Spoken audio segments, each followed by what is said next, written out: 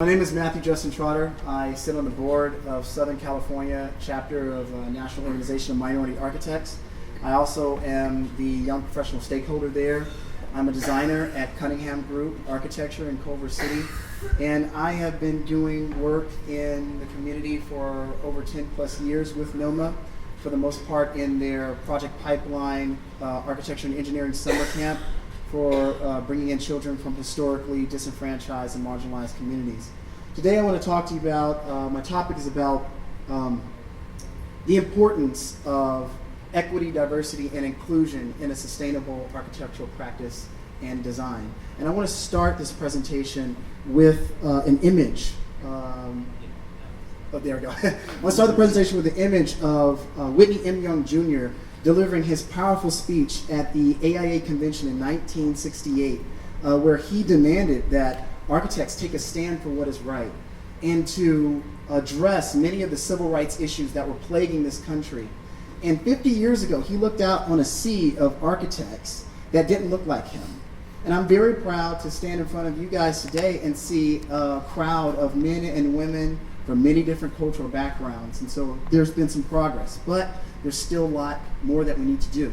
NCARB released their 2018 demographic study that says that African Americans still only represent 2% of all of the nation's licensed certificate holders. And even worse, many other minorities, their numbers are so low that the percentages have not been reported yet. So I ask of you all today, in what ways can we progress the legacy of the American architect and sustain it? And when I think about the American architect, I think about all of us in the design industry and that entity and that body as a whole. And for the most part right now, it's homogeneous in nature. That's not sustainable. That's not the legacy that we want to leave behind. And, SoCal NOMA has decided to address this issue by supporting their young professional group. And as the stakeholder, I have listened to my colleagues, I've listened to my peers and the difficulties that they've had in being minorities in this field.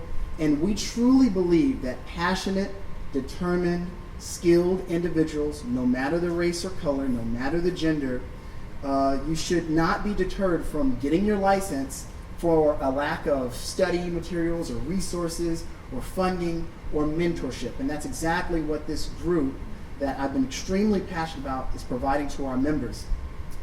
First, we're providing study online resources, including designer hacks, which is practice exams for the ARE 5.0 exam, as well as Kevin G. Pluralsight tutorial videos. It has really great videos. As well as our Becoming an Architect series, which is our ARE 5.0 exam seminars, these really great intimate sessions, study sessions. And last but not least, we're creating capital to fund exam fees for people who just really can't pay for their exam. With that being said, that was a really quick flash into equity, diversity, and inclusion, but hopefully this encourages a conversation and encourages you all to get more involved in this discussion, and that the embodiment of all of our work together will create a perfect foundation. It'll create a really beautiful, fertile soil that we can plant that seed, we can plant that legacy for the future, promote the future growth of the American architect, so that the architect, the representation of that architect is not of any one of us, but of all of us. Thank you.